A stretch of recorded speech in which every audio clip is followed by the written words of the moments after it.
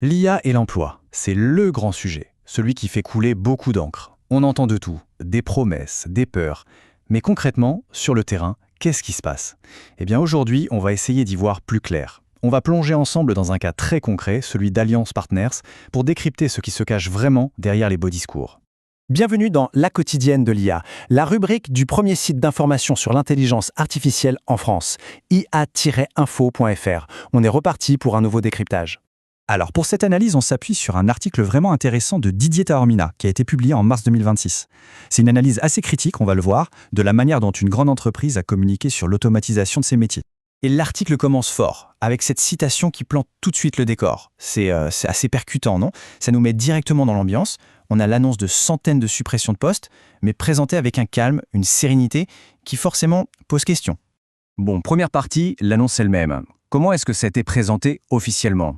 Eh bien, l'entreprise parle d'une transformation modèle. Alors, voyons un peu ce qu'il y a derrière cette expression. Voilà le chiffre qui frappe tout de suite. 450. Mais attention, petite subtilité de langage ici. On ne parle pas de 450 personnes licenciées, mais de 450 équivalents temps plein. C'est une nuance importante, qui veut dire une réduction très nette de la masse salariale étalée sur plusieurs années. Alors comment on justifie un chiffre pareil? Eh bien, la communication officielle est très bien huilée. On nous dit « attention, pas de panique, il n'y aura ni plan de sauvegarde de l'emploi, ni plan de départ volontaire. Non, tout va se faire via ce qu'on appelle les départs naturels, c'est-à-dire les retraites, les gens qui démissionnent, qui ne seront tout simplement pas remplacés. Et la raison de tout ça, une sorte de force inévitable, presque naturelle, l'automatisation et l'IA. Et ça nous amène directement à notre deuxième point, le langage. Parce que, croyez-moi, les mots choisis ici sont tous sauf innocents. C'est un véritable art de l'euphémisme. Regardez-moi ça, c'est presque un cas d'école. D'un côté, le discours officiel, de l'autre, ce que ça veut dire en clair. On ne parle pas de suppression de postes, non, c'est trop brutal. On parle de trajectoire de transformation. Ça sonne tout de suite plus positif, n'est-ce pas? On met l'accent sur les compétences de demain pour éviter de parler des emplois qui, eux, disparaissent aujourd'hui.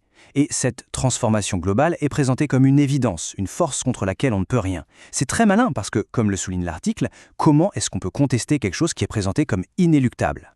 Et pour encadrer tout ça, il y a un outil qui a été mis en place, un accord GPEP. Alors GPEP, ça veut dire Gestion des emplois et des parcours professionnels. Sur le papier, ça a l'air super, c'est un outil de dialogue social. Mais l'analyse de l'auteur, elle, est assez cinglante. Il explique que la GPEP, dans ce cas précis, ne sert pas à discuter du projet, à le renégocier. Non, le projet est déjà acté. La GPEP cherche juste à organiser l'accompagnement des salariés. En gros, on ne négocie pas le si, on négocie juste le comment. Bon, on a vu le discours, la communication. Mais maintenant, parlons de la réalité du terrain. Parce que derrière les mots, il y a des gens, des territoires.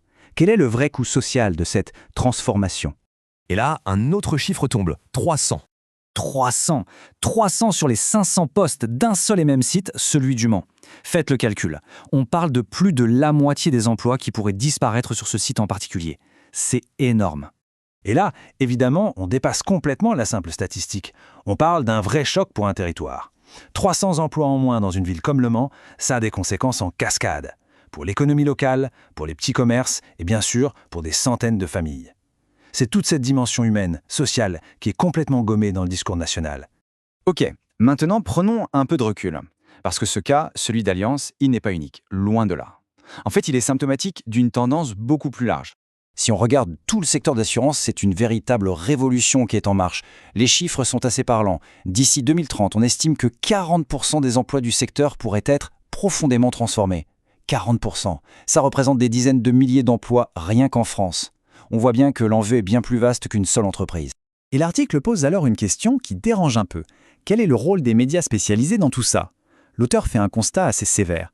Bien souvent, ces médias se contentent de reprendre, presque mot pour mot, la communication des entreprises. Et quid des autres voix? Les syndicats? Les salariés eux-mêmes? On ne les entend quasiment pas. Le contexte social? L'impact local? Les conditions de travail pour ceux qui restent? Tout ça passe à la trappe. Ce qui nous amène à la dernière partie de notre réflexion. Il s'agit de s'interroger sur le grand récit, l'histoire qu'on nous raconte sur l'IA et l'emploi. Est-ce vraiment une fatalité? C'est une phrase très forte de l'article et qui résume bien le problème. Quand on parle d'IA dans les médias, qu'est-ce qu'on voit? Des dirigeants, des experts. On voit rarement un téléopérateur ou un employé de bureau. L'IA est toujours montrée comme une super opportunité pour ceux qui la décident. Mais du point de vue de ceux qui la subissent au quotidien, c'est une autre histoire. On parle d'efficacité, de performance, et on oublie un peu vite que, pour beaucoup, ça rime surtout avec angoisse et incertitude. Et on en arrive à la conclusion de l'auteur qui est limpide. Ce qui est important avec ce cas, ce n'est pas qu'il soit exceptionnel. Au contraire, c'est qu'il est terriblement banal. C'est un cas d'école, un modèle qui se répète dans plein d'autres entreprises. Et c'est justement parce que c'est banal que c'est urgent d'en parler, de le décortiquer. Et on va se quitter sur cette question qui est finalement la question centrale. Est-ce que l'IA est une sorte de tsunami technologique inarrêtable qui s'impose à nous, ou est-ce que, au fond, c'est le résultat de choix? Des choix d'entreprise, des choix économiques, des choix politiques, des choix sur lesquels on pourrait peut-être avoir notre mot à dire.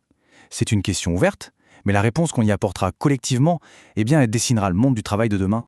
Voilà pour ce décryptage. Si le sujet vous intéresse, n'hésitez pas. Retrouvez toute l'actualité autour de l'intelligence artificielle sur le portail ia-info.fr. Merci de nous avoir suivis et à très bientôt.